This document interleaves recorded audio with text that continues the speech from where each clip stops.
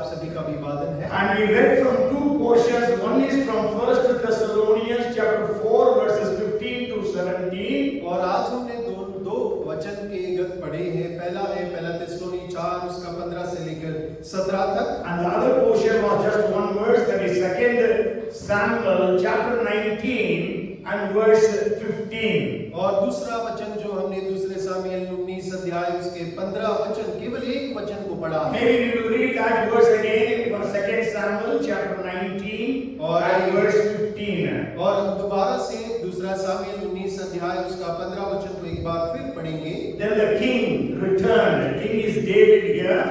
The king returned and came to Jordan, and Judah came to Gilgal to go to meet the king, to escort the king across the Jordan.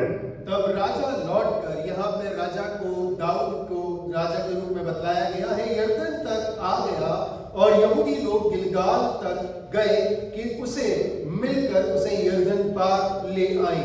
And also we read from 1 Thessalonians chapter 4 verses 15 to 17. और हमने पहला थिस्सलुनीकी 4 अध्याय उसका 15 से लेकर 17 वचन तक पढ़ा था। Where we will be going to meet with King Jesus.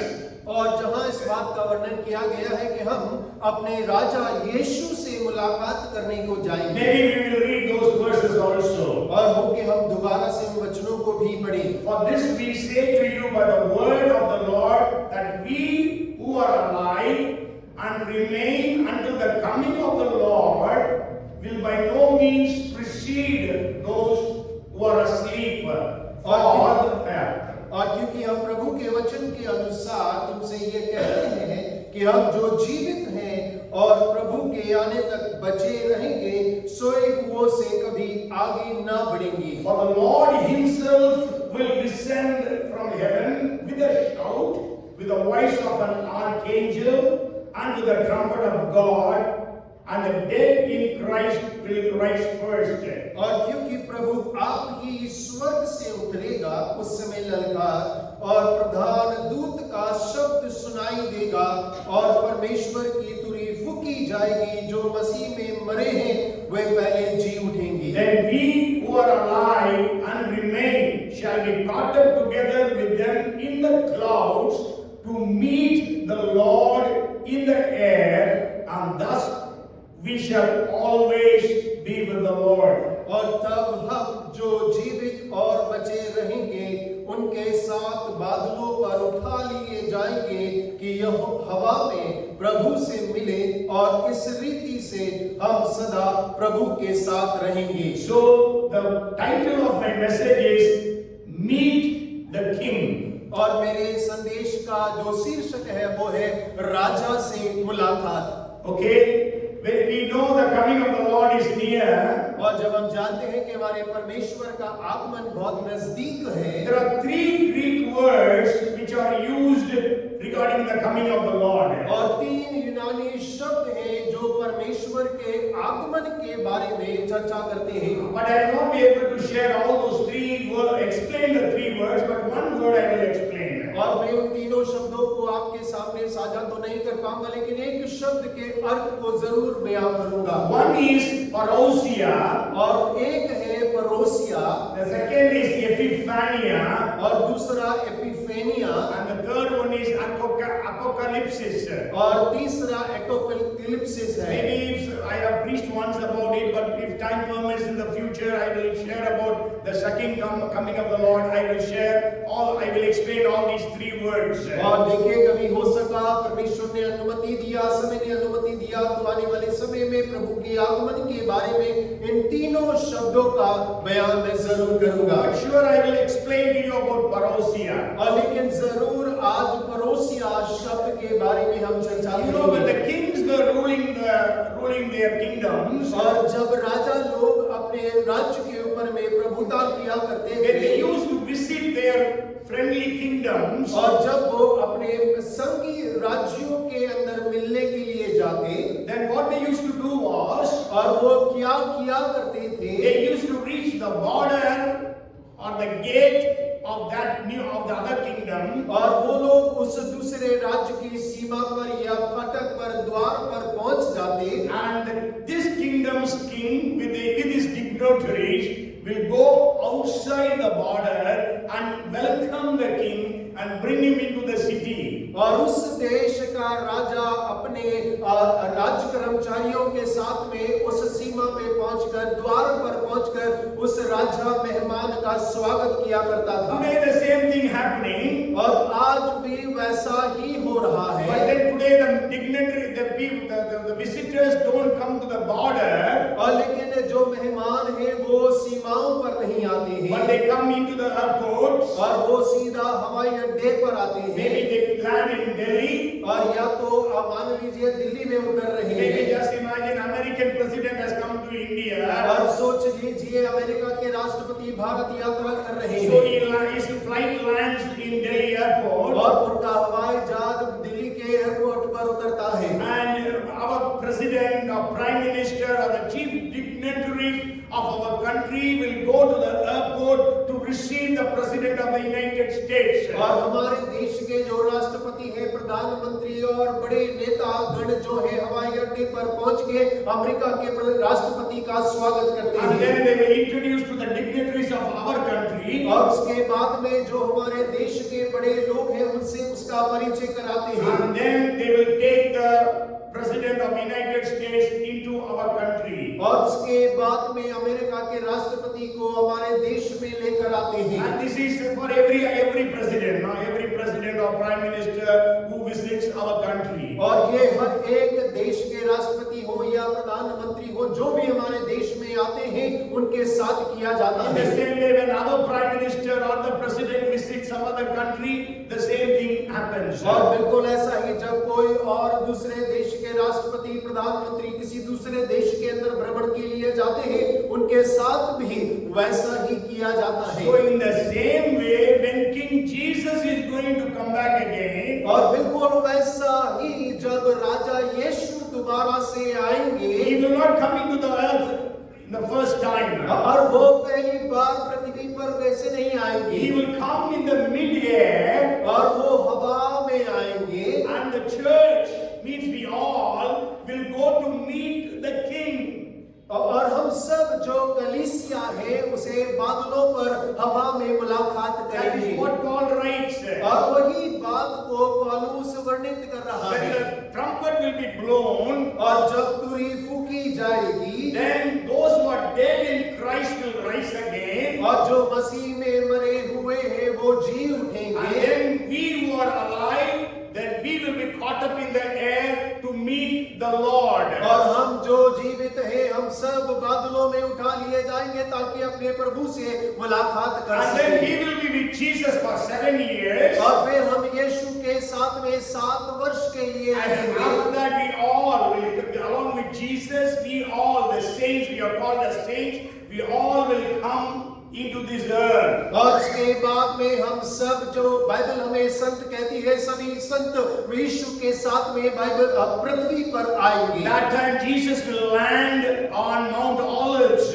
और वो समय होगा जब यीशु जैतून पहाड़ पर उतरेगा। And then we know that we will rule the earth for 1000 years. और हम जानते हैं कि उसके बाद पृथ्वी पर 1000 वर्ष हम राज्य करेंगे। So that is what happened as a figure, in a figurative way, in the 2 Kings, the 19th chapter and verse 15. और अब देखिए एक आकृतिक रूप में दूसरे राजा 19 अध्याय के 15 और दूसरा सामुएल 19 अध्याय 15 वचन में वो ऐसा लिख रहा The है। Bible says King David came to the border of Israel or Judah. और बाइबल कहता है कि राजा दाऊद जो है इज़राइल यहूदा की सीमा पर आ रहा है। He came near Jordan. और वो यरदन के नजदीक आया। And then the Bible says Judah came to Gilgal to go to meet the king, to escort the king across Jordan. और देखिए वो बाइबल ऐसा कहता है कि यहूदा गिलगाल में आया कि यरदन पार राजा को ले जाए। As we will be going to meet the King Jesus, और जैसे बिल्कुल हम लोग यीशु से मुलाकात करने के लिए जाएंगे, here the people of Judah went to meet King David. और यहाँ पर यहूदा के लोग राजा दाऊद से मुलाकात के लिए जा रहे And हैं। then they brought him inside Judah. और उसके बाद में यहूदा के अंदर वो राजा को लेकर आते हैं। So today, what is this signifying to us? लेकिन आज ये हमें किस बात को दर्शा रहा है? The Bible says Judah went to meet the king. और बाइबल कहती है यहूदा राजा से मुलाकात करने को गया। I will share with you three things or three characteristics of Judah. और देखिए मैं तीन बातें आज ये कहूं कि मैं तीन चरित्र यहूदा के बारे में आपसे बांटूंगा। So if we need to meet King Jesus, और यदि हमें प्रभु यीशु राजा से मुलाकात करना है, we need to have these three qualities of Judah. और तब हमारे भीतर यहूदा की इन तीन योग्यताओं को हमारे अंदर होना अवश्य है। Okay, so you can, I think at least one thing you will all say about Judah. और एक बात जो है यहूदा के बारे में मैं जानता हूं कि आप सब कहने पाएंगे। What is the significance of Judah in the Bible? और बाइबल में यहूदा किस बात को दर्शाते हैं? Praise. और स्तुति। When you read 29th chapter of Genesis and verse 35, और जब 29 अध्याय उत्पत्ति का उसका 35 वचन आप पढ़ते and हैं, it says about Leah, she conceived again and bore a son and said, now I will praise the Lord. Therefore she called his name Judah. और वहां पर इस प्रकार लिखा है, वह फिर गर्भवती हुई और उसके एक और पुत्र उत्पन्न हुआ और उसने कहा अब की बार तो मैं यहोवा का धन्यवाद करूंगी, इसीलिए उसने उसका नाम यहूदा रखा। Hallelujah. Hallelujah. So praise. So the people who will be able to meet King Jesus, आप देखिए स्तुति, जो लोग प्रभु यीशु राजा से मुलाकात करने जा रहे हैं, they need to be worshippers or praisers. और उन लोगों को आराधक होने की या स्तुति करने वाला होने की आवश्यकता होगी। You know, though we know Jacob knew God, और हम जानते हैं कि याकूब परमेश्वर को जानता था, and he went and married Laban's daughters. और उसने जाकर लाबान की बेटियों से ब्याह कर लिया। And Laban's daughters did not know about God. और लाबान की बेटियां परमेश्वर के बारे में नहीं जानती थी। They had their own gods. और उनके अपने देवी देवता थे। But Jacob could influence his wife. और लेकिन याकूब अपनी पत्नियों को प्रभावित करने So पाया। whenever they named the children, और जब कभी वो अपने बच्चों के नाम रखते, they always added the name of Yahweh or Elohim in their name. और हर बार वो अपने बच्चों के नाम में या तो यावे एलोहिम जोड़ा करते थे। You know, Reuben, Simeon, Levi, and Judah. Judah was the fourth son. और सिमियोन को देखे, लेवी को देखे या यहूदा को देखे, यहूदा चौथा बेटा था। Okay, so she says, now I will praise the Lord. और वो कहती है कि अब मैं परमेश्वर की स्तुति करने Good पाऊंगी। in Hindi, in Hebrew also it is Yahweh. मैं यहोवा को धन्यवाद करूंगी कहती है. So we need to be people who praise and worship God. और हम लोगों को ऐसा होना होगा जो परमेश्वर की स्तुति और आराधना करने Then वाले only हैं। we will be caught up in the time of rapture. और तब ही उठाए जाने के समय पर हम परमेश्वर के लिए उठाए As जाएंगे। I explained earlier, rapture is not the English word rapture. आप देखिए, जैसा मैं पहले आपको बता चुका हूँ, रैप्चर अंग्रेजी का शब्द नहीं है, But then it is a Latin word rapture.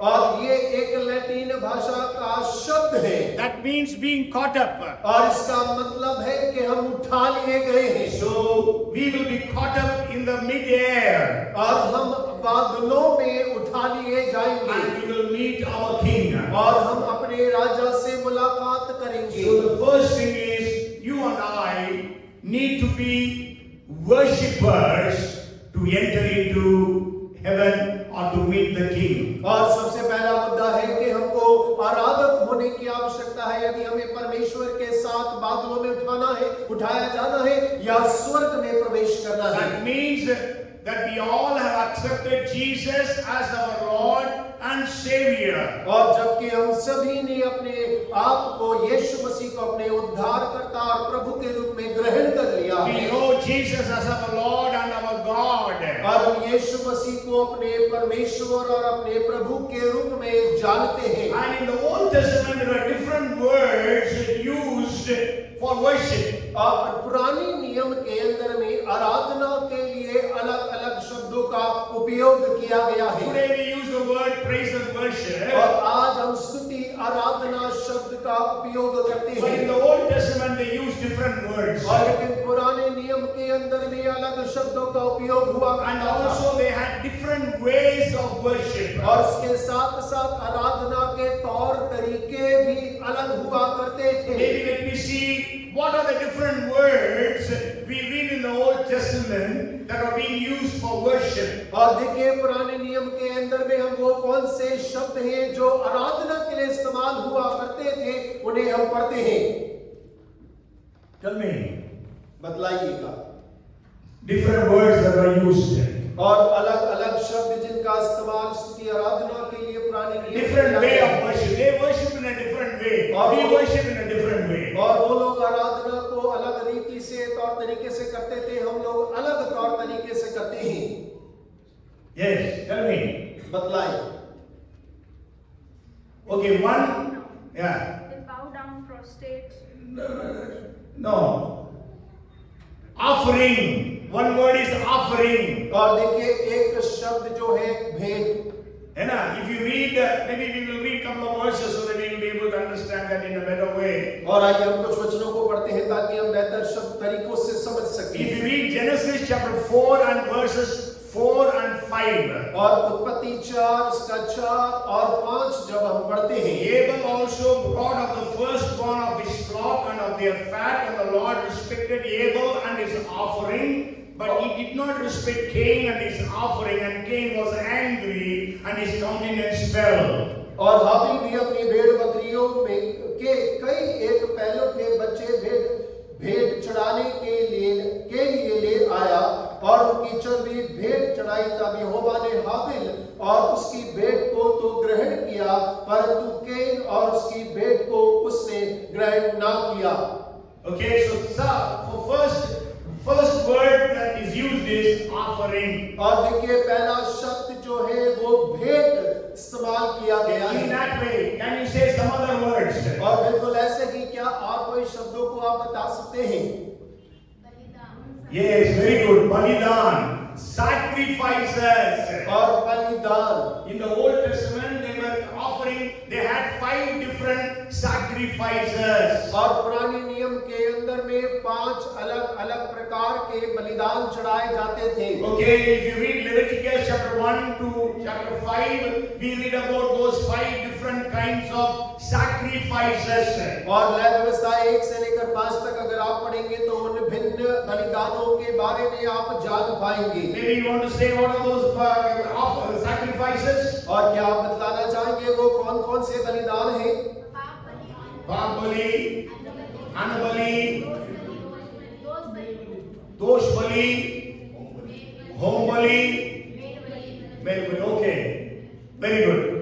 Burnt offering, sin offering, trespass offering, meal offering, peace offering. Okay, so they were called as sacrifices. और आपने बलिदान या भेंट चढ़ा बोला जाता था। हिंदी में सही, English is not, offering is not a right word, maybe sacrifice it should have been, but in Hindi में अच्छा है। होम बलि, अन्न बलि, मेल बलि, पाप बलि, दोष बलि. Okay, yeah. So the second sacrifice was mentioned. और बलि वहां पर लिखा गया है। Okay, and then wherever Abraham went, he used to do one thing. What was he doing? और अब्राहम जहां कहीं जाता था वो एक कार्य जरूर किया करता था, वो क्या था? Yes, building an altar. और वो वेदी बनाया करता That is था, also is speaking about worship. और वो भी आराधना के बारे में बात करता है। And then we know there is another word that is used, that is walk with God. Walk with God. और एक और शब्द जो इस्तेमाल किया गया है, परमेश्वर के साथ में चलना। Yes. So maybe I will just share some of those things today so that we will know how is our worship today. और देखिए कुछ बातों को आज मैं आपसे साझा करूंगा ताकि हम इस बात को जान सकें कि हमारी आराधना आज किस प्रकार की है। And you know, we read from the book of Genesis chapter 4 verses 4 and 5. और उत्पत्ति 4 अध्याय उसके 4 और 5 से हमने पढ़ा। Okay, we know about Cain and Abel. और हम कैन और हाबिल के बारे में जानते हैं। They both worshipped God. और दोनों ने परमेश्वर की आराधना की। They worshipped the same God. और उन्होंने एक ही परमेश्वर की आराधना की। We all worship the same और God. हम सभी एक परमेश्वर की आराधना करते हैं। And here we read God accepted the offering or the worship of Abel, but he did not accept the offering or the worship of Cain. और हम यहाँ पर पढ़ते हैं कि परमेश्वर ने हाबिल की भेंट या आराधना को स्वीकार किया, परंतु कैन की भेंट और आराधना को अस्वीकार कर दिया।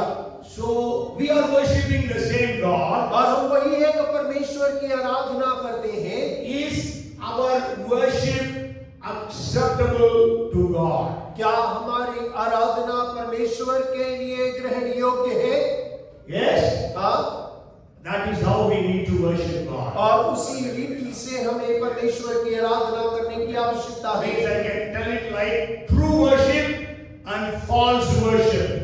और सच्ची आराधना और झूठी आराधना। Okay, then let us read Genesis chapter 5 verse 22. और उत्पत्ति 5 उसका 22 पढ़े। You go home and read 22 to 24. और आप घर जाके 22 से लेकर 24 तक जरूर But if you पढ़िएगा। read this, after he begot Methuselah, Enoch walked with God 3.5 years and had sons and daughters. और 22 वचन पढ़ रहे, मेतुशेला के जन्म के पश्चात अनोख 300 वर्ष तक परमेश्वर के साथ साथ चलता रहा और उसके और भी बेटे बेटियां उत्पन्न हुई। And when we read Genesis chapter 6 and verse 9, और जब आप उत्पत्ति 6 अध्याय उसका 9 वचन पढ़ते हैं, Noah walked with God. और नूह परमेश्वर के साथ साथ चलता रहा।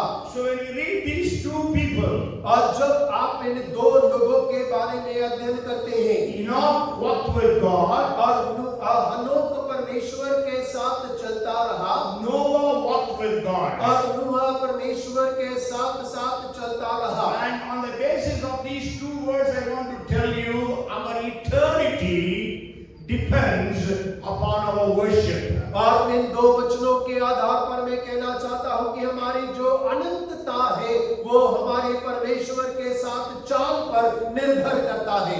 It depends upon our worship. और ये हमारी आराधना पर निर्भर करता Here we है। read about two men. और यहाँ हम दो पुरुषों के बारे में पढ़ रहे One हैं, is Enoch और एक हनोक है and another one was Noah. और दूसरा जो नूह है। Why God has used only these two men? और परमेश्वर ने केवल इन दो व्यक्तियों को क्यों ही इस्तेमाल किया? To prove to us, Enoch represents those people who will be alive at the coming of the Lord. और देखिए पहला हनोक जो है वो उन लोगों को दर्शाता है जो लोग परमेश्वर के आगमन में जीवित रहेंगे। Yes, that is what we read in 1 Thessalonians chapter 4:15. और वही हमने पहला थिस्सलुनी 4 उसके 15 में पढ़ा है 15 to 17. और 15 से लेकर 17 वचन तक है। And Noah is representing those people who are dead in Christ. और नोआ उन लोगों को दर्शाता है जो मसीह में मर गए। Okay, you know, at the coming of the Lord, those who are dead in Christ will rise again. और आप जानते हैं प्रभु परमेश्वर के आगमन में जो मसीह में मरे हैं वो दोबारा जीवित हो जाएंगे।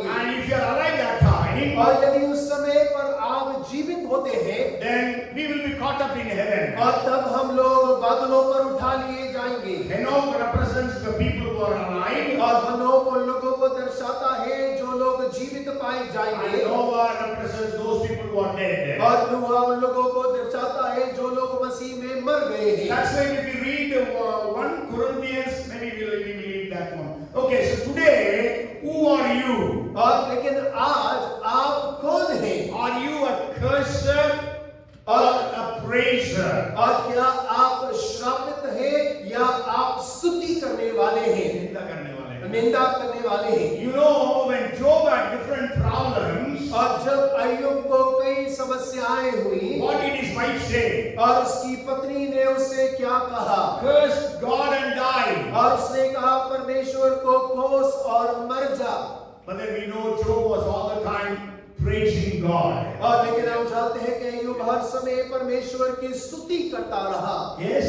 हाँ। First time when he lost everything, और पहली बार जब उसने अपना सब खो दिया, 10 children dead, और उसके 10 बच्चे मर गए, all properties wiped out. और सारी संपत्ति उससे लूट ली गई। Naked I came, naked I go. Blessed be the name of the Lord. और वो कहता है नंगा आया नंगा ही चला जाऊंगा, मेरे परमेश्वर यहोवा का नाम धन्य तेरे। In the second incident when he became very sick, और दूसरी घटना में जब वो बहुत बीमार हो गया, and his wife says, curse God and die. और जब उसकी पत्नी ने कहा अपने परमेश्वर को कोस और मर जा, And then he says, Job says, until now we have been receiving good from God, shall we not receive bad also? और वो अपनी पत्नी से कहता है अब तक हमने परमेश्वर से भला ही भला पाया है, क्या ये थोड़ा बुरा न प्राप्त करें? Are you are you a dissatisfied person, or you are a worshipper for everything that you have? और क्या आप असंतुष्ट हैं जो सारी चीजें आपके पास में, या तो फिर आप परमेश्वर की आराधना करने वाले व्यक्ति हैं? Adam, when we see the work of Adam and Eve, और जब हम आदम और हव्वा के कार्यों को देखते हैं, God gave them all the blessings. और परमेश्वर ने सारी आशीषों से उन्हें दिया। But when Satan came in the form of a snake and told Eve, और जब शैतान एक सांप के भेष में आकर हवा से कहता है, if you eat this fruit, you will become like God. और जब तुम इस फल को खा लोगे तुम ईश्वर के समान हो जाओगे। That means Adam and Eve were not satisfied with the blessings that God had given them. और इसका मतलब है कि आदम और हवा उन आशीषों से तृप्त नहीं थे जिन आशीषों को परमेश्वर ने उन्हें दिया था। That's why they went for the fruit which God had forbidden. और यही कारण हुआ कि जिस परमेश्वर ने जिस फल को खाने के मना किया था, वो उसी फल के पीछे Are लाए you गए। going after the things which God has not kept for you? और क्या आप उन चीजों के पीछे भाग रहे हैं जो परमेश्वर ने आपके लिए नहीं रखी Or है? you are like David, who is able to say in 34 and verse 1, the praise of God will be continuously in my mouth. और या तो फिर आप दाऊद के समान जो 34वें वचन में कहता है कि मेरे मुख से निरंतर यहोवा का धन्यवाद और स्तुति निकलता रहेगा। Okay, or like Paul and Silas, though they were beaten up very badly and put in prison, they were able to praise the Lord. और या तो फिर पौलुस और सिलास के समान वो मारे गए थे, कूटे गए थे, लेकिन उस दर्द के इजाफे में भी वो पूरी रात परमेश्वर की स्तुति आराधना करते Today, हैं। are you a murmurer or are you a praiser? और आज आप एक कुड़कुड़ाने वाले हैं या परमेश्वर की आराधना करने When वाले हैं? God blessed the people of Israel, और जब परमेश्वर ने इस्राएल के लोगों को आशीषित किया, brought 10 different plagues upon the people of Egypt and delivered them. और मिस्र के ऊपर में 10 अलग-अलग विपत्तियों को लाकर मिस्र को वहां से इस्राएल को वहां से बाहर निकाल लाया, And parted the Red Sea for them. और उनके लिए लाल समुद्र को 2 भाग कर दिया, Gave them manna, gave them quail, gave them water. और उनको मन्ना से तृप्त किया, बटेरों से तृप्त किया, पीने के लिए पानी दिया, And God gave them an AC climate. और परमेश्वर ने उन्हें वातानुकूलित मौसम भी प्रदान And किया, their clothes never became old. और उनके वस्त्र कभी पुराने नहीं हुए। In spite of that, all the time they were murmuring against God. और इन सब के बावजूद वो हमेशा कुड़कुड़ाते रहे। Are you murmuring against God for the blessing that you have not received? और क्या वो आशीषें जो आपको नहीं मिली उसके लिए आप परमेश्वर के प्रति कुड़कुड़ाहट करते हैं? Maybe the problems that you are going through, are you murmuring and complaining all the time? और जो समस्याओं से आप गुजर रहे हैं, हो सकता है हर समय आप कुड़कुड़ाते रहते हैं या शिकायत करते रहते Maybe हैं। like Martha, you are complaining. और हो सकता है कि मार्ता के समान आप शिकायती हो गए Or होंगे। are you like Mary, sitting at the feet of Jesus and hearing the word of God? और या फिर आप मरियम के समान यीशु के चरणों पर बैठकर उसके वचनों को सुन रहे Or हैं। are you like Mary, who was sitting at the feet of Jesus, fell at the feet of Jesus and wiped and cleansed washed the feet of Jesus with her tears? और या फिर आप उस मरियम के समान हैं जो यीशु के चरणों पर रोते हुए बैठी हुई है और उसके पांव को अपने आंसुओं से भिगोकर अपने बालों से साफ कर रही है। So, how is our life today? और आज हमारा जीवन किस प्रकार का है? Are we a worshipper or a murmurer? और क्या हम एक आराधक हैं या हम एक कुड़कुड़ाने वाले हैं? Are we dissatisfied? और क्या हम असंतुष्ट हैं? Are we cursing God? और क्या हम परमेश्वर को कोस रहे हैं? And it was actually David who introduced the present form of worship. और ये दाऊद था जिसने आज के उपस्थित आराधना के तरीके को प्रस्तुत किया Through the book of Psalms. और भजन की पुस्तक के द्वारा। And then we know it was Jesus who taught us what is true worship. और उसके बाद में हम जानते हैं कि वो यीशु ही था जिसने हमें एक सच्ची आराधना को सिखाया है। And we have to worship God in spirit and in truth. और हमें तो परमेश्वर की आराधना आत्मा और सच्चाई के साथ में करना है। And maybe we will read a couple of verses. In worship, at least two things are involved. देखिए हम कुछ वचनों को पढ़ेंगे। आराधना के अंदर में कम से कम दो चीजें जरूर सम्मिलित होती If you हैं। read Exodus chapter 7 and verse 16, अगर निर्गमन 7 अध्याय उसका 16 वचन अगर आप पढ़ें, then said to him, God is telling Moses to tell to Pharaoh, the Lord, the God of the Hebrews, has sent me to say to you, let my people go so that they may worship me in the wilderness. और देखिए परमेश्वर मूसा से फिरौन से कहने के लिए कह रहा है कि उसे इस प्रकार कहना, इब्रियों का परमेश्वर यहोवा ने मुझे यह कहने के लिए तेरे पास भेजा है, मेरी प्रजा के लोगों को जाने दे जिससे वे जंगल में मेरी उपासना करें। So worship God. और परमेश्वर की आराधना करना। And as Moses was talking about worship to Pharaoh, और जब मूसा फिरौन से आराधना के बारे में कह रहा है, he went to Pharaoh almost 11 times, और वो फिरौन के पास में करीब 11 बार जाता है, telling him, let my people go, let my people go. और वो जाकर बार बार कहता है मेरे लोगों को जाने दे, मेरे लोगों को जाने दे। At that time, if you read chapter 5 and verse 3, और अगर हम 5वें अध्याय उसके 3रे वचन में पढ़ें, Exodus again, और निर्गमन की पुस्तक के अंदर so में they said, that is here, Moses and Aaron, the God of the Hebrews has met with us. Please, let us go 3 days journey to the desert and sacrifice to the Lord our God, lest he fall upon us with pestilence or with the sword.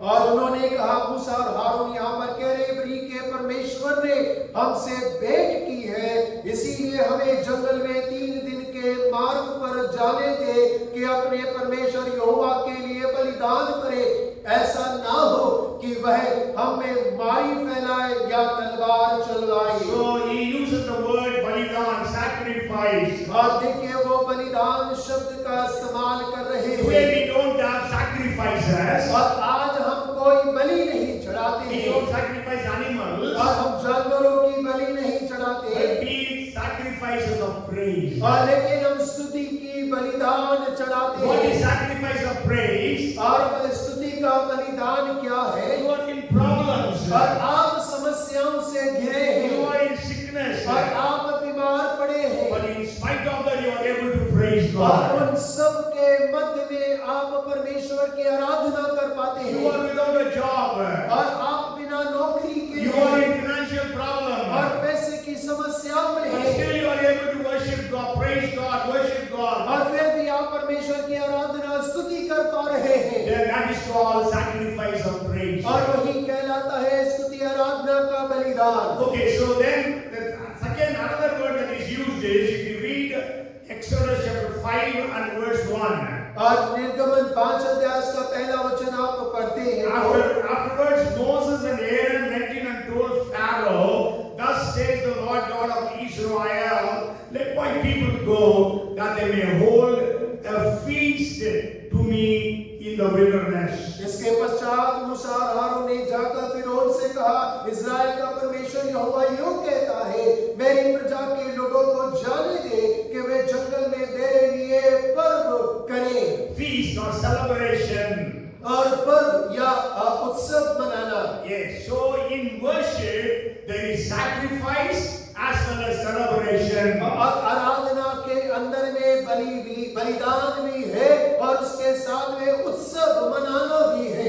Judah went to meet King Jesus. और यहूदा राजा यीशु से मुलाकात करने को गया, राजा दाऊद से मुलाकात करने को We गया, are going to meet King Jesus. और हम सब यीशु से मुलाकात करने जाएंगे। Okay, if we need to go, और यदि हमें जाना पड़े, we should be worshippers. और हमें तो उसका आराधक होने की आवश्यकता We है, need to be true worshippers. और हमें तो सच्चे आराधक होने की आवश्यकता है। Jesus said in 4:23 of John और यूहन्ना 4 उसके 23 में यीशु ने कहा, that Father is seeking for true worshippers. और पिता सच्चे आराधकों को ढूंढ रहा Who are है। the true worshippers? और सच्चे आराधक कौन है? Who worship God in spirit and in truth. और वैसे लोग जो आत्मा और सच्चाई के साथ परमेश्वर की आराधना करते हो। Maybe sometime back I preached about worshiping God in spirit and truth, what it means. और देखिए कुछ समय पहले परमेश्वर की आत्मा सच्चाई में आराधना करने के क्या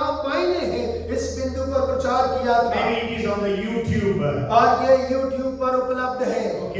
Okay, the second thing I want to share with you. और दूसरी बात जो मैं आपके साथ बांटना चाहता हूँ, What does Judah mean? और यहूदा का मतलब क्या था? If we need to meet Jesus the King, और यदि हमें उस राजा को बादलों में मिलना है, how should be our life? और हमारा जीवन किस प्रकार का होना चाहिए? If you read Judges chapter 1 verses 1 and 2. और यदि न्यायों उसका पहला अध्याय उसका पहला और दूसरा वचन आप Now पढ़ें, after the death of Joshua, it came to pass that the children of Israel asked the Lord, saying, who shall be the first to go up for us against the Canaanites to fight against them? And the Lord said, Judah shall go up.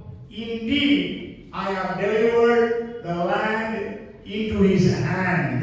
और यहोशू के मरने के बाद इस्राएलियों ने यहोवा से पूछा, कनानियों के विरुद्ध लड़ने को हमारी ओर से पहले कौन चढ़ाई करेगा?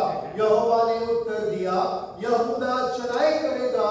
सुनो, मैंने इस देश को उसके हाथ में दे दिया है। First, if you have to meet Jesus, we need to be worshippers. और सबसे पहली बात, यदि हमें यीशु से मुलाकात करना है तो हमें आराधक होने की आवश्यकता है। So may God help every one of us to be a true worshipper. और होके परमेश्वर हम सब की सहायता करे कि हम सभी और उसके सच्चे आराधक बनने पाए। And second thing is, if we need to go and meet with Jesus King, और दूसरा बिंदु, यदि हमें यीशु राजा से मुलाकात करना है, we should be warriors.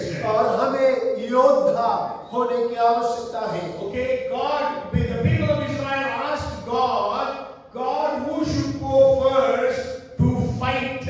और देखिए इस्राएल के लोगों ने परमेश्वर से पूछा कि पहले चढ़ाई करने कौन जाएगा? You know there are 12 tribes, और हम जानते हैं कि 12 गोत्र हैं, and God told Judah will go. और परमेश्वर ने कहा सबसे पहला यहूदा चढ़ाई करेगा। And God also says, I have given the Canaanites into the hands of Judah. और परमेश्वर कहता है कनानियों को मैंने यहूदा के हाथ में पहले से कर दिया है। Yes, so Judah represents warriors. और यहूदा योद्धाओं को दर्शाता है। So we should be warriors. और हमें योद्धा होने की आवश्यकता है। Jesus said, if anybody hits you on one cheek, show the other cheek. और यीशु मसीह ने कहा कोई एक गाल पे मारे दूसरा गाल उसकी ओर कर देना। But then you can ask me, but you are telling me you have to be warriors. और आप ऐसा पूछ सकते हैं कि आप तो कह रहे हैं कि हमें एक योद्धा होना है। Okay, Bible says that we are in a war. और बाइबल कहती है हम सभी एक युद्ध में हैं। All of us in the New Testament, the believers, we are in a battle.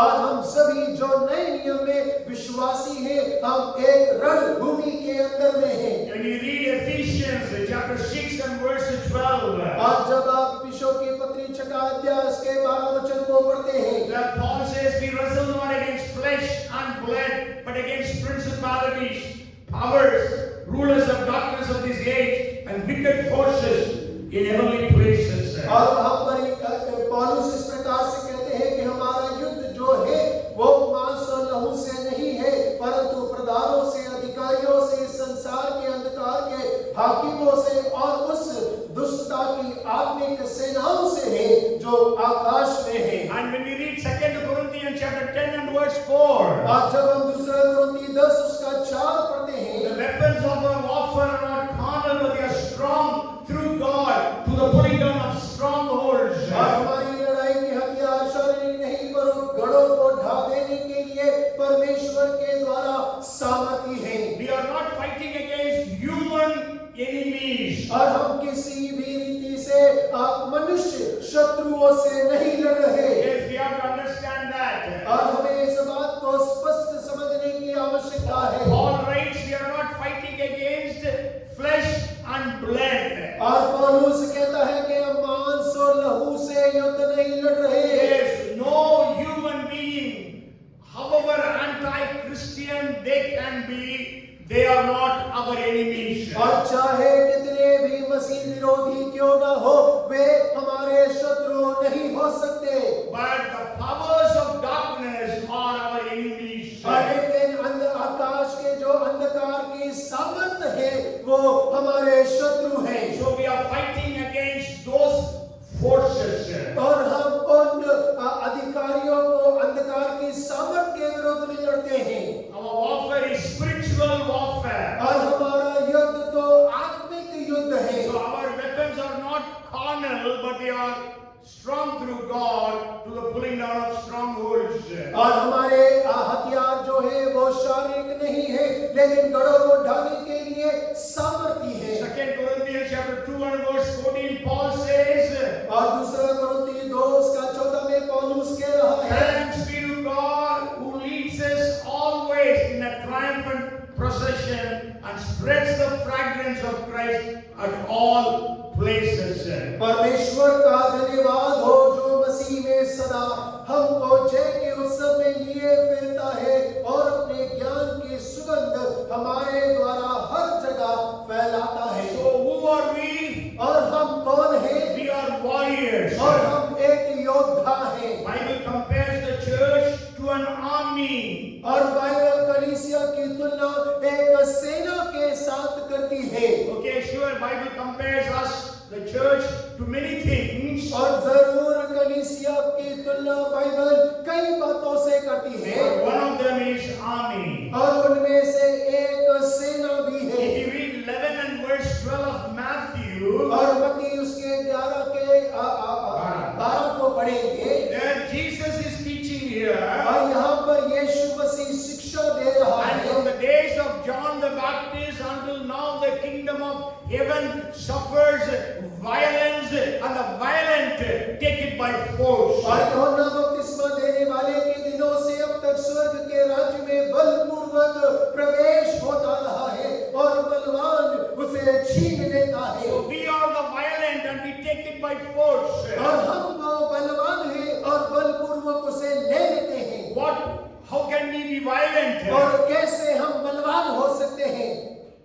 We need to be full of love and compassion. और हमें तो प्रेम और दया से परिपूर्ण होना है। We are violent against the powers of darkness. और हम तो अंधकार के दुष्टता के विरोध में बलवान हैं। If you read Matthew 12 and verse 29, और यदि आप मत्ती 12 उसके 29 को पढ़े, how can one enter a strong man's house and plunder his goods unless he first binds the strong man and then he will plunder his house? और कैसे कोई मनुष्य किसी बलवंत के घर में घुसकर उसका माल लूट सकता है जब तक कि पहले उस बलवंत को बांध ना ले, तब वह उसका घर लूट लेगा। Jesus is telling about plundering. और देखिए यीशु मसीह लूटने के बारे में बोल रहा है। Bible very clearly says that we should not steal. और बाइबल स्पष्ट कहती है कि हमें चोरी नहीं करना है। But here Jesus is telling about plundering. और लेकिन यहाँ पर यीशु मसीह लूट के बारे में बोल रहा है। What is Jesus meaning here? और यहाँ पर यीशु का तात्पर्य क्या We है? have to plunder hell and populate heaven. और हमें तो नरक को लूट कर स्वर्ग को भर देना We है। have to stop people going into hell and bring them to Jesus. और हमें तो नरक से लोगों को जाने से रोककर यीशु की ओर मोड़ देना है। In every city there is a strong man. और हर एक शहर के अंदर में एक बलवंत होता है। So we need to bind him. और हमें उसे बांधने की आवश्यकता है। And the souls which are under his control, और वो आत्माएं जो उस बलवंत के अंदर अधिकार के अंदर में we है, have to release them. और हमें उन्हें आजाद करना है। And we have to make them heads of heaven. और हमें उन्हें स्वर्ग का वारिस बनाने की आवश्यकता है। Luke chapter 11 verses 21-22 also say a similar thing. और देखिए लूका उसका 11 उसका 22 और 23 भी बिल्कुल इसी बात को दोहराता We है। have to overcome the strong man. और हमें तो बलवंत के ऊपर में जय पाना जरूरी है। And so we have to understand the one who is in us is greater than the one who is in the world. और हमें इस बात को समझने की आवश्यकता है जो हम में है वो बड़ा है उससे जो संसार में है उससे। Maybe we'll read that verse 1 John 4 and verse 4. और आइए पहला यूहन्ना 4:4 हम पढ़ें। There it says, you are of God, little children, and have overcome them, because who is in you is greater than he who is in the world. और हे बालकों तुम परमेश्वर के हो और तुमने उन पर जय पाई है क्योंकि जो तुम में है वह उससे जो संसार में है बड़ा है। Okay, the one who is in us. और एक जो हम में है, Who is in us? और हम में कौन है? Say Jesus. और कहे यीशु। All of us say और Jesus. सब कहे यीशु। Who is in us? और हम में कौन है? बोलिए दोस्त से। हमारे अंदर कौन है? कि शैतान? हमारे अंदर कौन है? Jesus. और यीशु। The one who is in us, और Jesus, जो हम में है यीशु, is greater than the one that is Satan who is in the world. और जो संसार में है उससे बड़ा है। Satan who is in the world. और शैतान जो संसार में उससे बड़ा है। And Jesus also told, और यीशु ने ये भी कहा, the one who is greater than Solomon is here. और सुलेमान से जो बड़ा है वो यहाँ पर है। The one who is greater than the temple is here. और मंदिर से जो बड़ा है वो यहाँ पर है। The one who is greater than Jonah is here. और योना से जो बड़ा है वो यहाँ पर है। Hallelujah. The one who is greater than Satan is in us.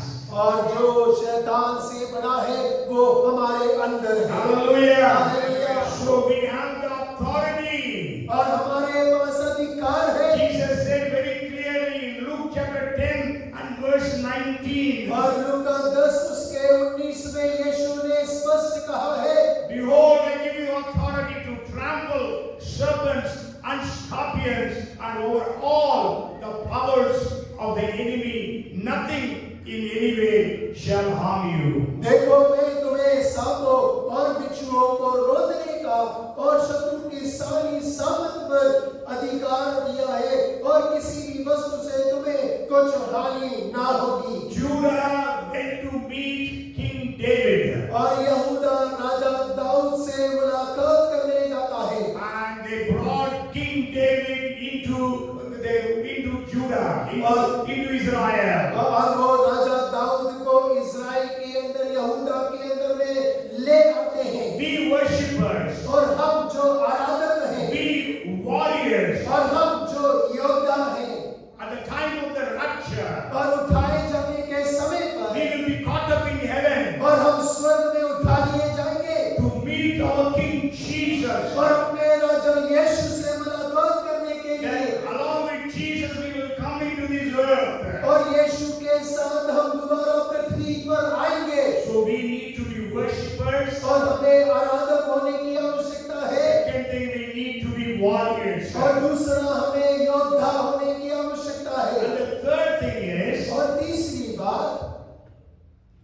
You know, when did Joseph reveal himself to his brothers that he was Joseph? और क्या आप जानते हैं कि यूसुफ ने कब अपने भाइयों पर इस बात को प्रकट किया कि वो उनका भाई यूसुफ है?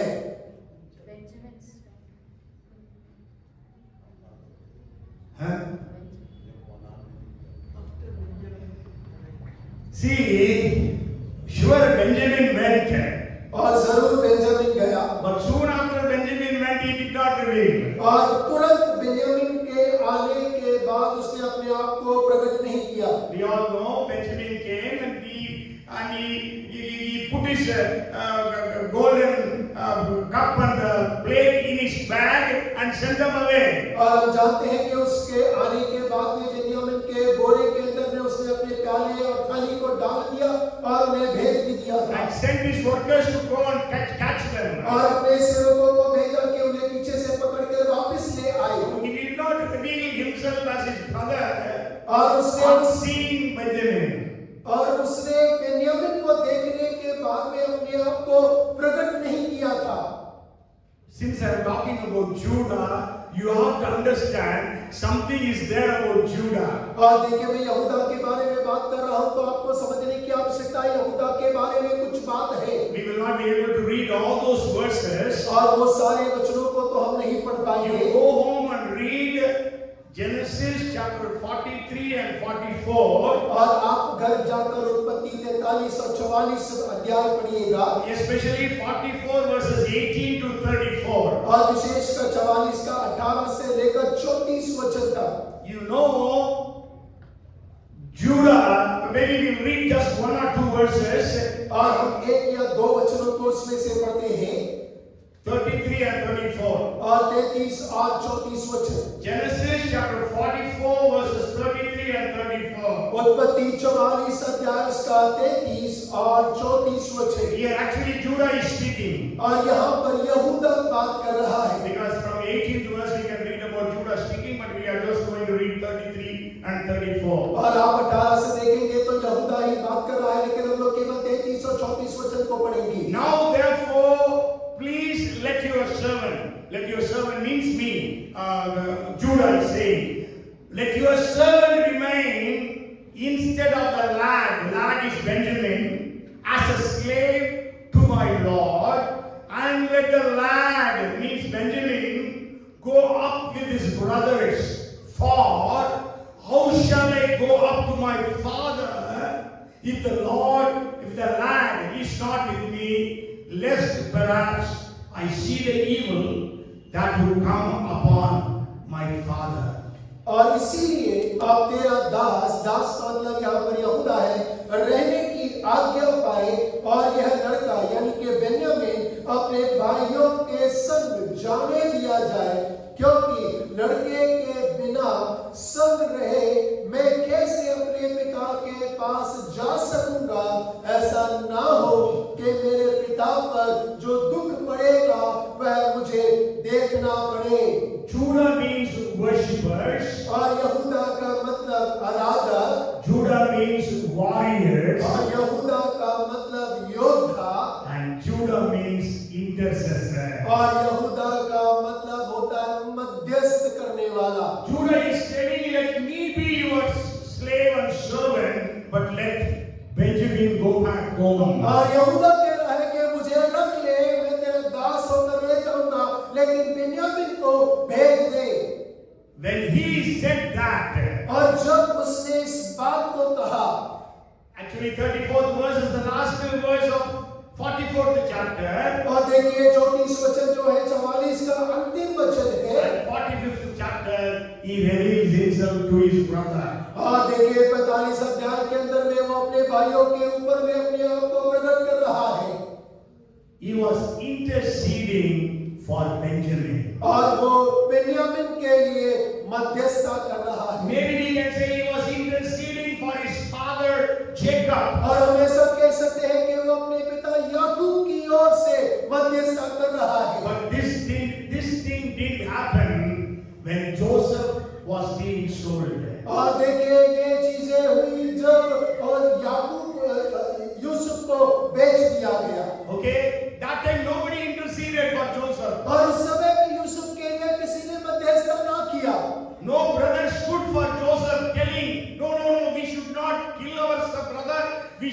sell our brother. और कोई भाई अब यूसुफ के लिए खड़ा नहीं हुआ कि नहीं हमें अपने भाई को नहीं मारना है या उसे गुलाम के रूप में नहीं बेचना है। It was Judah who said, let us sell him to the Ishmaelites. और ये केवल यहूदा ही था जिसने कहा कि आओ इस्माइलियों के हाथ इसे बेच देते हैं। But here, when Benjamin was at stake, और लेकिन जब बेन्यामीन का जीवन खतरे में था, then maybe even his father Jacob's life was at stake.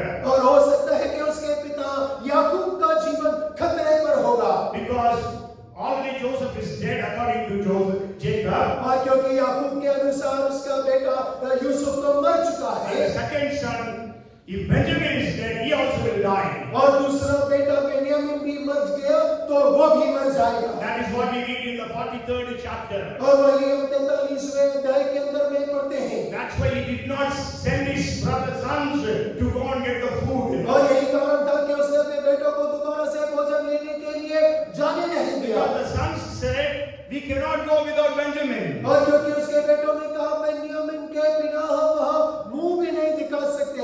And the father said, I will not send Benjamin. और पिता ने कहा कि मैं बेन्यामीन को नहीं भेजूंगा। So they lost so much of time in that argument. और उन्होंने उस वाद विवाद में काफी समय गवा दिया। Because it was Judah who convinced the father to send Benjamin with them. और देखिए वो यहूदा ही था जिसने अपने पिता को निरंतर किया कि वो बेन्यामीन को उनके साथ भेज दे। Again it was Judah who interceded for Benjamin. और ये दोबारा से यहूदा ही था जो बेन्यामीन के लिए मध्यस्थता कर रहा है। Who will be able to meet our King Jesus? और कौन हमारे राजा यीशु से मुलाकात करने पाएगा? Intercessors. और मध्यस्थ करने वाले। Hallelujah. Hallelujah. Are you interceding for the perishing souls? और क्या आप नाश होने वाली आत्माओं के लिए मध्यस्थता कर रहे हैं? Are we interceding for the cities, towns, and villages? और क्या हम शहरों, कस्बों और गांवों के लिए मध्यस्थता कर रहे हैं? Jesus said, your kingdom come. और यीशु ने कहा परमेश्वर तेरा राज्य आवे। Your will be done on earth as it is in heaven. और तेरी इच्छा जैसे स्वर्ग में पूरी होती है वैसे पृथ्वी पर भी हो Before जाए। asking for your needs, give us our daily bread. और इससे पहले कि हम अपनी आवश्यकताओं को मांगे कि हमारी प्रतिदिन की रोटी दे, Jesus said, your kingdom come. और यीशु ने कहा कि तेरा राज्य आवे। Intercession comes before our prayer requests. और हमारे प्रार्थना निवेदन से पहले मध्यस्थता आता है। Are we interceding? और क्या हम मध्यस्थता कर रहे हैं? Is intercession a part of our prayer life? और क्या मध्यस्थता हमारे प्रार्थना जीवन का एक अंग है? Ezekiel chapter 22 and verse 30, God says, और एजेकियल 21 उसके 22 में वो कह रहा है, 22:30. So I sought for a man among them who would make a wall and stand in the gap before me, that I will not be able to destroy the nation, but I found none. और वो कहता है कि मैं एक जन को खोजता हूँ जो मेरे सामने खड़े होकर एक दीवार पर उनके लिए मध्यस्थता कर सके, लेकिन मैंने खोजा किसी को ना पाया। God is looking for a man. और परमेश्वर एक जन को खोज रहा God है, is not looking for angels. और परमेश्वर स्वर्गदूतों को नहीं खोज रहा। If God would have searched for angels, he would have got hundreds and hundreds and hundreds. और यदि वो स्वर्गदूतों को खोजता तो सैकड़ों सैकड़ों सैकड़ों स्वर्गदूत मिल जाते। But God is looking for a man. और लेकिन परमेश्वर एक मनुष्य को खोज रहा And है। God says, I found none. और परमेश्वर कहता है मैंने किसी को न पाया। When we read 59:16 of Isaiah, और यशायाह का 15:16 जब हम पढ़ते हैं 59:16, और 59 का 16 जब हम पढ़ते हैं, here God is telling, I searched for an intercessor, but I found none, and I wondered. You can read in English. और उसने देखा कि कोई भी पुरुष नहीं, और उससे इससे अचंभा किया कि कोई विनती करने वाला नहीं। Yes, God was surprised to see no intercessor.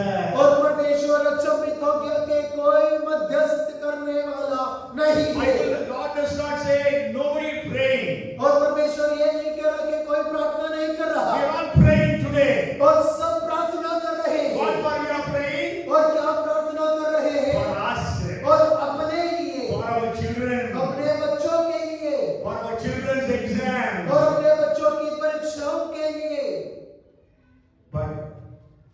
you praying for others who are perishing? और क्या आप उनके लिए प्रार्थना कर रहे हैं जो नाश में जा रहे हैं? God is surprised to see that there is no intercessor. और परमेश्वर अचंभित हो गया कि कोई मध्यस्थ करने वाला नहीं है। Esther says in Esther chapter 8 and verse 6. और देखिए एस्तर के 8 उसके 16 में एस्तर कहती है 8 and verse 6 she says, how can I endure to see the evil that will come to my people, or how can I endure to see the destruction of my countrymen? और वो चटनी में कहती है मैं अपनी जाति के लोगों पर पड़ने वाली उस विपत्ति को किस रीति से देख सकूं, मैं अपने भाइयों के विनाश को कैसे देख सकूं। Tomorrow we are going to pray for India. और कल हम भारत के लिए प्रार्थना करेंगे। We know there is a day of judgment that is going to come. और हम जानते हैं कि एक न्याय का दिन आने वाला है। And the only basis whether that person has accepted Jesus or not. और केवल एक आधार होगा कि उस व्यक्ति ने यीशु को माना है या ग्रहण नहीं किया। When Esther came to know that her people are going to be killed. और जब एस्तर को मालूम चला कि उसके लोगों का कत्ल कर दिया जाएगा। On the 13th day of the 12th month. और 12वें महीने के 13वें दिन में So she stood in the gap. और वो उस बीच में खड़ी हो गई। She interceded. और उसने मध्यस्थता किया। She said, if I perish, let me perish. और वो कहती है यदि मैं नाश भी हो जाऊं तो मुझे नाश हो जाने And दो। here she is telling the king. और वो राजा को कह रही है How can I see the destruction that is going to come upon my people on the 13th day of the 12th month? और वो कहती है कि कैसे मैं अपने लोगों के ऊपर में उस 12वें महीने के 13वें दिन के ऊपर में उस विनाश को आते हुए देखने को। She interceded. और उसने मध्यस्थता किया। And we know because of her intercession, the king was changed. King's heart was changed. और हम जानते हैं कि उसके मध्यस्थता के कारण राजा का हृदय परिवर्तन हो गया। Today, if you and I intercede, और आज आप और मैं जब मध्यस्थता करते हैं, God's heart will be moved with compassion to save the people of India. और परमेश्वर का हृदय जो है तरस से भर जाएगा भारत देश के लोगों के उद्धार करने के लिए। Paul says in 10 and verse 1 of Romans. और रोमी उसके 10 अध्याय के 12 में पौलुस कहता है This is my prayer and heart's desire is that Israel should be saved. 10 and verse 1. और देखिए 10 अध्याय के रोमी 10 के 1 में कहता है कि ये मेरे हृदय की लालसा है कि इस्राएल उद्धार पाए। So what is our prayer? What is our heart's desire today? और आज हमारी प्रार्थना क्या है, हृदय की लालसा क्या है? Can we pray for our neighbors? और क्या हम अपने पड़ोसियों के लिए प्रार्थना Can कर we सकते pray for हैं? our friends? क्या हम अपने मित्रों के लिए प्रार्थना कर सकते Can we हैं? pray for all those unsaved people? और क्या हम उन उद्धार ना पाए हुए लोगों के लिए प्रार्थना कर Can we सकते हैं? pray for our countrymen और क्या हम अपने देशवासियों के लिए प्रार्थना कर सकते हैं? who could go and meet the king? और कौन उस राजा से जाकर मुलाकात करेगा? They were Judah. Judah met King David. और यहूदा था जिसने राजा दाऊद से जाकर मुलाकात को किया। Parousia, Jesus is coming again. और परोसिया यीशु मसीह दोबारा से आ रहा We है। are going to the mid-air to meet the King, the Lord. और हम बादलों पर उठाए जाने वाले हैं ताकि अपने परमेश्वर राजा से मुलाकात करें। Are we ready for that? क्या हम उसके लिए तैयार हैं? If we have to be ready, और यदि हमें तैयार होने की we should आवश्यकता be है worshippers. और हमें आराधक होना है We should be warriors. और हमें योद्धा होना चाहिए And we should be intercessors. और उसके साथ साथ हमें मध्यस्थता करने वाला भी होना है। Not just Christians. और केवल मसीह होना पर्याप्त नहीं है। We need to be having these three qualities. और हमारे अंदर ये 3 योग्यताएं होना आवश्यक है। Judah had these three qualities. और यहूदा के अंदर में ये 3 योग्यताएं उपलब्ध थी। That's why they could go and meet with King David. और यही कारण था कि वो जाकर राजा दाऊद से मुलाकात करता So था। may God shower upon us the spirit of worship. और होके परमेश्वर हमारे ऊपर में अपनी आराधना की आत्मा को उंडेली। May the Lord shower upon us the spirit of intercession. और होके परमेश्वर आज हमारे ऊपर में मध्यस्थता की आत्मा की बारिश उंडेली। And that is what Zechariah 12:10 says. और वही ज़करिया 10:12 कहता है। And let the Lord shower upon us the spirit of spiritual warriors. और होके परमेश्वर आत्मिक योद्धाओं की आत्मा की बारिश हमारे ऊपर में उंडेली। Come, let us pray.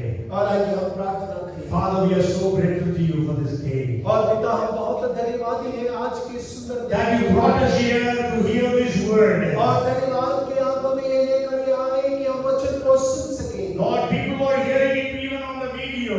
और परमेश्वर जो लोग वीडियो के द्वारा इस वचन को सुनते हैं, Lord, help every one of us, Lord, to meet with you, King Jesus. और परमेश्वर हम में से हर एक की आप सहायता करिए कि राजा यीशु से बादलों पर मुलाकात कर सके। The quality of worship that you desire from us. और परमेश्वर उस आराधना की उत्तमता जो आप हमसे अपेक्षा करते हैं, The quality of intercession. और परमेश्वर वो मध्यस्थता की उत्तमता, The quality of spiritual warrior. और परमेश्वर उत्तम आत्मिक योद्धा, Make every one of us. और हम में से हर एक जन वैसा होने पाए। So that when the trumpet is blown, और जब तुरी फूकी जाती है, then we will be caught up. और ताकि हम सभी बादलों में उठा लिए To जाएं, meet with you, King Jesus. ताकि आप राजा यीशु से मुलाकात So करें, that all of us will be with you forever and ever. और ताकि हम सभी आपके साथ सदा सदा के लिए होने पाए, None of us will left out, Lord. और हमें से कोई भी पीछे ना छूटे, Lord, you should not tell about any of us that I do not know you. और हमें से आप किसी से इस बात को ना कहे कि मैं तुझे नहीं जानता। Lord, none of us should be like that. Two men were working in the field. One was caught up and one was left out. परमेश्वर हमें से कोई भी वैसा ना होने पाए जैसे दो जन भीड़ और खेत में काम कर रहे थे, एक उठा लिया गया और एक छोड़ दिया गया। None of us should be like that. Two women were grinding. One was taken up, one was left out. और हमें से कोई भी वो दो स्त्रियों के समान जो चक्की पीसती थी, उनके में से एक उठा ली गई, एक छोड़ दी गई, ऐसा कोई न होने Let पाए। it be told of everyone who is here today. और परमेश्वर आज जितने भी लोग यहाँ पर हैं, That all of us were caught up at the coming of the Lord Jesus. और हमें से हर एक जन यीशु के आगमन के समय पर सभी उठा लिए जाएं। Make us worthy for that. परमेश्वर आप उसके योग्य हमें बनाएं, Have mercy on us. हम पे दया करें, Revive our worship. हमारी आराधना को आप नया करें, You revive our spiritual warriorship. और परमेश्वर हमारे आत्मिक योद्धापन को आप नया करें। Revive our intercession. परमेश्वर आप हमारे मध्यस्थता को नया करें। We give you the glory and the honor. सारा आदर महिमा आप ही को देते हैं। In Jesus' name we pray. यीशु के नाम से हम प्रार्थना मांगते हैं, And everyone said, और सब मिलकर कहें, Amen.